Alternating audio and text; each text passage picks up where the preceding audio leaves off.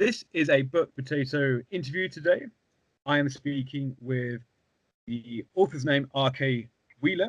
Um, he is a doctor. We can expand on that in a moment. Hello, how are you today, sir? I'm doing great. Glad to be speaking with you. Brilliant.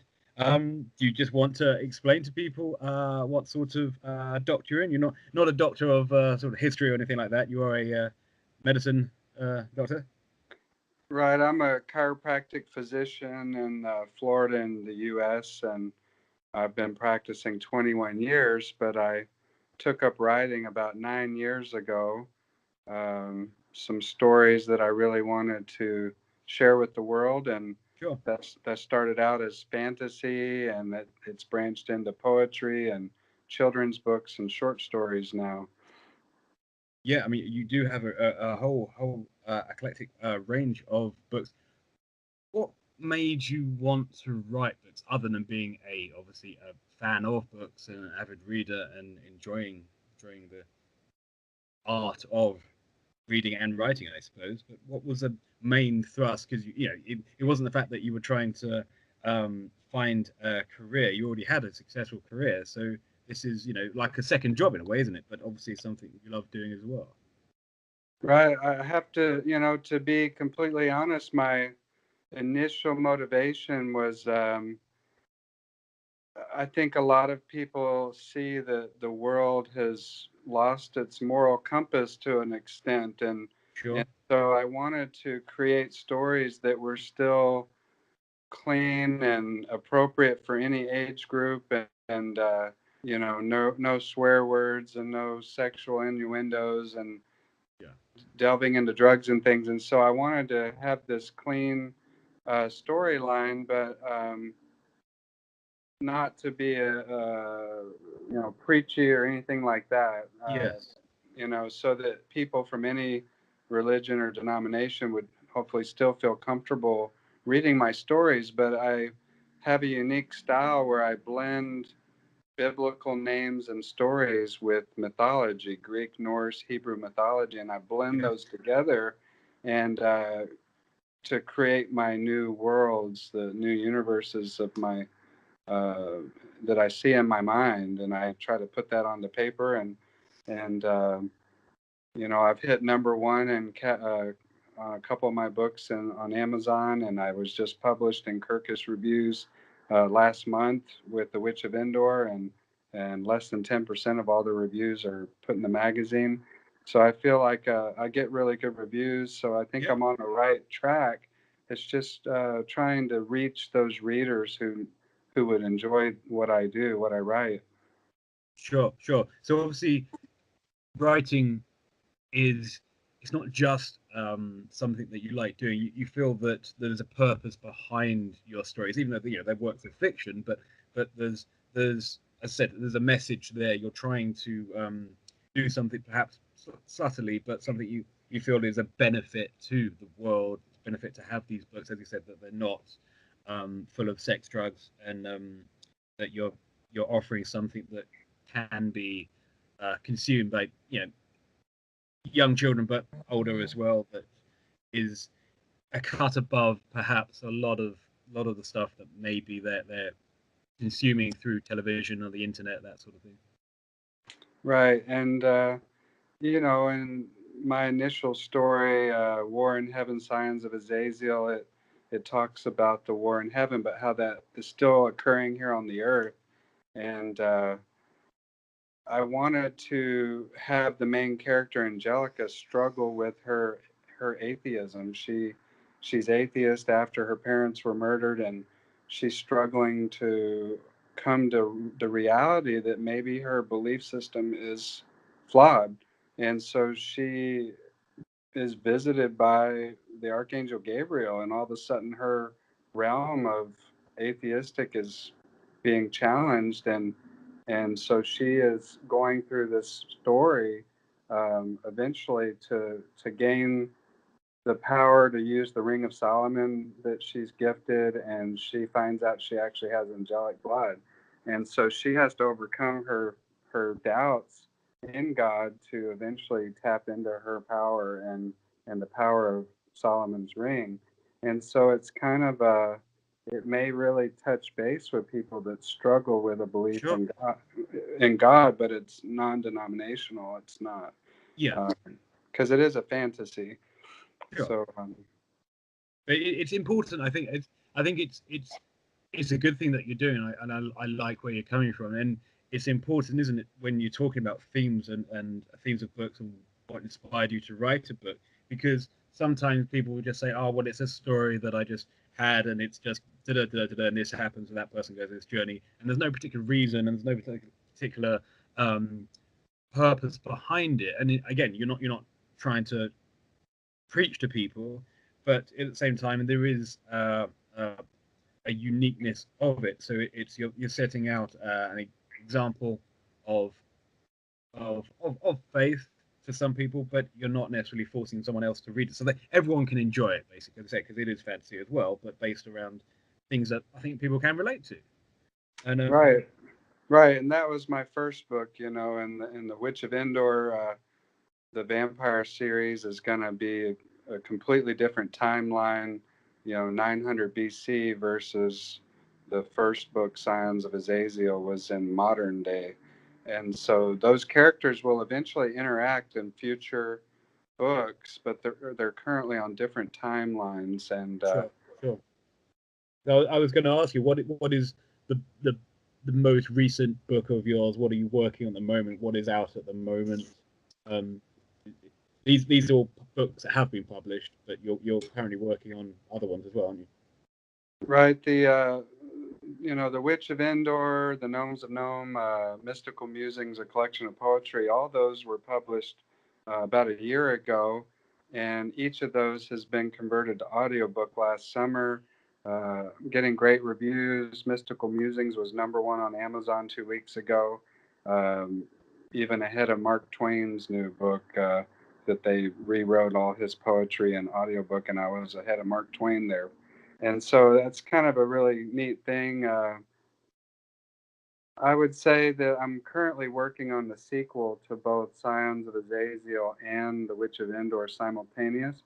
But just in the month of December, I came out with 4 children's books: The Adventures of Bumble the Bee, which is a 3-book series, and that's based off my own experience in my backyard because I raise honeybees, and I have Oh, chickens, and there's actually bumblebees that live in the chicken coop, and so I came up with these stories based off real life experience, sure. and I think I have all 5-star ratings on all those books right now. And the fourth one is called A Fairy Tale, and I always wanted to tell a story about the fairies that live in the garden because my grandmother always had these little fairy statues all around her garden. When she died, I brought those and put them in my backyard, and so. A fairy tale has little precious moment looking beautiful colorful fairies, pictures Yeah, on every page, and that one hit number one on Amazon in December last year. And usually if someone buys one of those books, they'll come and they'll buy the rest of the series. And then I just created a bunch of short stories. In fact, you haven't even seen those yet. sure. These short stories, Medusa's Love, Lamech, Primordial Vampire, Morgan the Fairy, and a short story on Thor. And each of those are kind of short stories that I pulled out of um, Scions of Azazyel or The Witch of Endor because I originally wrote Scions of Azazyel as a series of short stories where the characters are passing through these different realms. And kind of like that TV series Once that was out a year or so ago, and it's sort of like that. And so I'm just going to create these short stories for people that like a short story or they want a inexpensive book to try out how I write, and then they can decide if they want the larger book.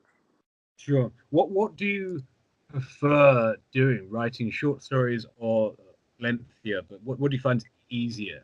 Because obviously writing a short story is not necessarily easier because it's shorter. It sometimes might be more difficult because you can't let the characters evolve and everything. What do you prefer doing? Well, I really like the world building of a full-length novel. So my largest book is my first one. That's 107,000 words. And The Witch of Endor is about 47,000. The Gnomes of Nome is 57,000 words. Short stories are going to be less than 15,000. And the children's books are maybe 24 pages, color book type pages. And so there's a certain amount of reward to putting a book out really quickly, a small book like a children's book.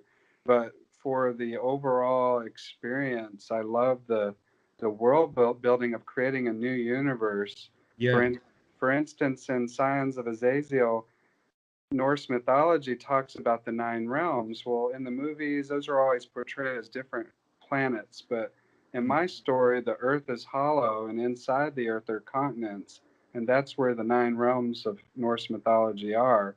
Yeah. And in the book of Genesis, it talks about the Garden of Eden. Well, there's a floating island called Avalon, and that's where the Garden of Eden is, inside the Earth. And Norse mythology speaks of the Yggdrasil, the world tree, but in Hebrew and Christian mythology, it talks about the tree of life. So in my story, they're the same. In Norse mythology, there's an angelic being underneath the Yggdrasil that is named Mimir. And in Christian mythology, Hebrew mythology, it talks about the cherubim with the flaming sword. And so in my story, they're the same character. And so that's a couple examples of how I blend mythology with biblical reference to Sure. create a unique take on these type of stories. And this is where this universe has come from. Scions of Azazyel, their main quest is to eventually find Asgard and to try to get help from Odin.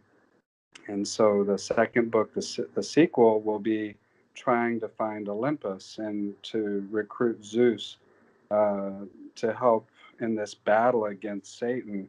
You know, Hades in Greek mythology and Satan in my story are the same person. And Sure. so they're trying to recruit these ancient gods to help for the Battle of Armageddon, basically.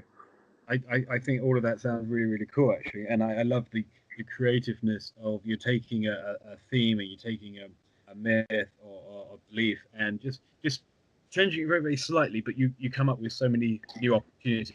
Don't you? What would you say? Because obviously you've published quite a few books and you'll continue to do this. If anyone's listening right now that's perhaps thinking about publishing for the first time, but they've got an idea, maybe they've worked on something, but they've got a bit stuck and haven't looked at it for a few months.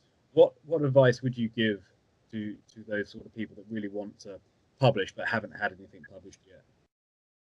Well, I'd say one of the best things I've done since I started writing 9 years ago is join a local writing group where we each week we meet and we read about 1,500 words from each other's books, and everybody critiques each other. So you get immediately like 12, 15 editors who are giving you feedback, helping you catch grammar, and you get to see how people that are better than you write.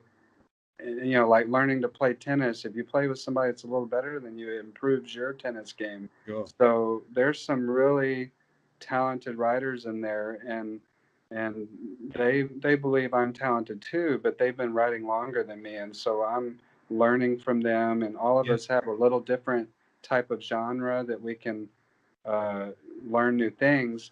And I took a creative writing class online, um, but I think you just have to start. You have to start writing. Don't worry about the order of the chapters. Mm. Start putting your characters on either a piece of paper or a 3x5 card and come up with their name, their eye color, what they look like, their personality, what their favorite foods are, activities, and that way you have that as a reference throughout your series to go back and say, oh, she had blue eyes, you know. Yeah. Uh, I changed the color of Satan's eyes partway through my writing, and I had to make sure I changed it everywhere I mentioned that character. Changing a character's name can be problematic partway Yeah. through, but you can move those chapters around as your story develops and change the order to make it flow better. And read it to yourself out loud and use words' ability to speak out loud because once you hear it in your ear, you will catch a lot of things you missed. Yeah. Um, and then once you get where you think you've gone through it, maybe 10 times or 20 times even, then you can branch out to an editor or beta readers, and then you can get reviews, even pay for some reviews and take that feedback and make your book better. And Sure. so that's kind of my process so far. I haven't actually um, I did hire an English teacher to go through my book one time, but a professional fantasy editor, that's kind of on my list. But by going through these other steps, I've actually gotten great reviews still. And once you go through that a number of times, usually you've caught all the grammar issues too.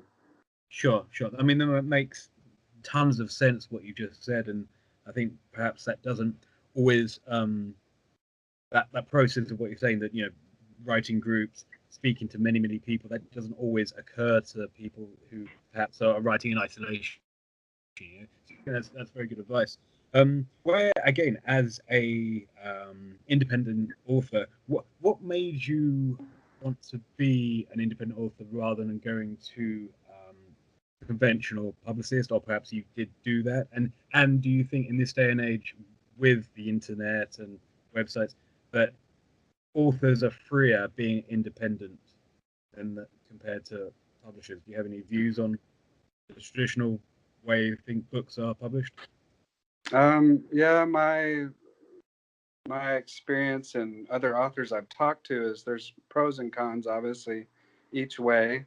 Um, I have sent query letters out to some publishers, and like most of us, most of those are going to be rejected right off the bat. I really have not tried to find a agent, and I hear that's almost required nowadays to get in with the bigger publishers. So that's kind of on my to-do list, is to try to find an agent at some point. I would like to try traditional publishing because they have a team behind you and they have a bigger footprint. Um, I'm having to do everything on my own right now, in my free time. So I have one of me. I don't have a team. Sure. But the advantage of self-publishing nowadays is it can be almost free to publish a book. You can get your ISBN numbers free on KDP, Kindle Direct, through Amazon, or Draft a Digital, Publish Drive. There's all these other places where they'll give you a free ISBN number. The first one I paid for was $125, Yeah. and I paid $200 a cover for my first several covers, and then I realized you can do Cover Creator for free. You can do Publisher on Office 365. I think it is, that's free. And so all my recent short stories and children's books, I did the covers myself, and that saves you money.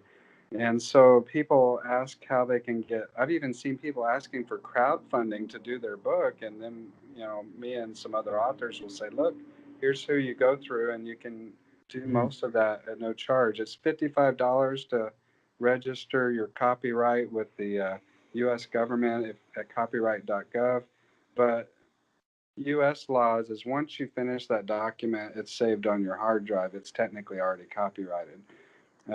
So you do have that going for you. But I think the big advantage of independent publishing is that you have full control, you get higher royalties, and you can get it out there much quicker. Yeah. Um, a traditional publisher might take a year to get back to you, and then another year or so to set it up and get it out there on the market, and you may get 10% royalty, whereas Amazon and other book distributors, you're going to get anywhere from 35% to 90% of the royalties, depending on the market and the price you set the book at. Sure. So those are some of the pros and cons that I know of. I have met a couple authors that had bad experiences with traditional publishers, smaller publishing houses, and you have to watch out for the vanity press Yeah. publishers who Yeah. want 5 or 10,000 up front to help you do your book. Yeah. They are still around, unfortunately, and they're not really helping authors. They're just there to rob people. Um, I mean, just the information you've given, I think people are going to find fascinating. I think you've given me some different insights into your process, and I think that's something that a lot of people could emulate in many ways. Where do you see books going in the next, say, 5, 10 years? Do you think digital is going to continue to grow, or do you think that's plateaued and physical books are still going to be popular? I mean, I prefer physical books just because I like reading paper rather than in a digital formats. But what's your opinion of the future of publishing? Um, I know that the electronic is, taking over the world, but I'm like you. There's more eye strain with digital. A lot of people, even though they have the books on their phones, may be in a situation that they don't want to diminish their battery life on their phone to do a Sure, lot of ebooks. And if I go on a cruise or something like that, that's one of my favorite places to read or work on my books. If I could be on a cruise ship all the time, and I sure. like a paperback book. You can't see with your phone in the glare. That's Uh, true. And if you drop it in the pool, you're yeah, in trouble. yeah, yeah. If you're in the Caribbean and you got the sun shining down on your phone, you won't be able to read it. And so, paperback is portable. It doesn't need a battery, but it is still a smaller segment of the population. One thing I would really like to investigate, and maybe your company will too, is interactive books, where there is a digital format where, especially children's books, where they can create a avatar and they can move the pages around, like move the contents of the pages around. That's something I'd really like to explore at some point. Sure, that's an Um, interesting concept. and but I think there's always going to be a place. I read that hardbacks have really gone down. There's about 15% of the market that will purchase hardbacks. But if you'd like to collect a series from your favorite authors, my wife and I always buy in hardback. It's just going to last longer. And so if it's Terry Brooks or Harry Potter, J.K. Rowling or J.R.R. Tolkien's books, we've got those in hardback. It doesn't mean we might not read it in paperback if paperback came out first, but we'll usually Sure, upgrade to a hardback. So I still think that once people are at a point in their careers and income when they can buy a paper copy, that a lot of people will prefer that still. But when you're young, a college student, ebooks are hard to beat. sure. Certainly, if they're very very low cost. Um, do you think authors, particularly independent authors, can make a living out of being a writer? I I'm a member of about 100 writing groups on Facebook, and so I'm always trying to get involved in conversation and things. It's a good way to meet people, to learn and to share, and sometimes that question will come up: how many people in here are making a living from their writing? And what the common answers seem to be is it's not your first book, it's not even your fifth book, that you really need between 10 and 20 books out there to have enough presence, maybe some different genres, a couple series. People prefer series. They don't like to wait a year for the next book. And once you have a larger number of books, your odds of getting recognized and building a fan base and selling multiple books is higher. For Sure. instance, the first year I only had one book, Scions of Azazyel. I started going to get booths at these events, craft shows, and things. And, I might have a day where I sold 25 books and then another day where there was very few sales. But I had a very narrow group of people that were looking for that style fantasy book.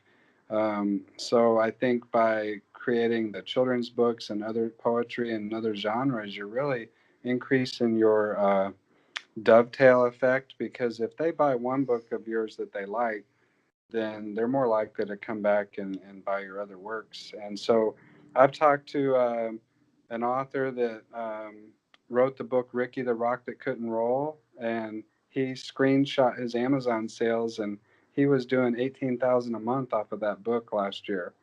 And so he quit his day job, and that's all he does now is write children's books. But that is the most competitive genre to get into, is Yeah, children's books. Um, fantasy's real competitive, romance is competitive. You're always going to have some competition, but Um, I've talked to quite a few people that have been able to walk away from their day job, but it took them 10 years maybe to do that, Sure, to build up their fan base and enough books to make that happen.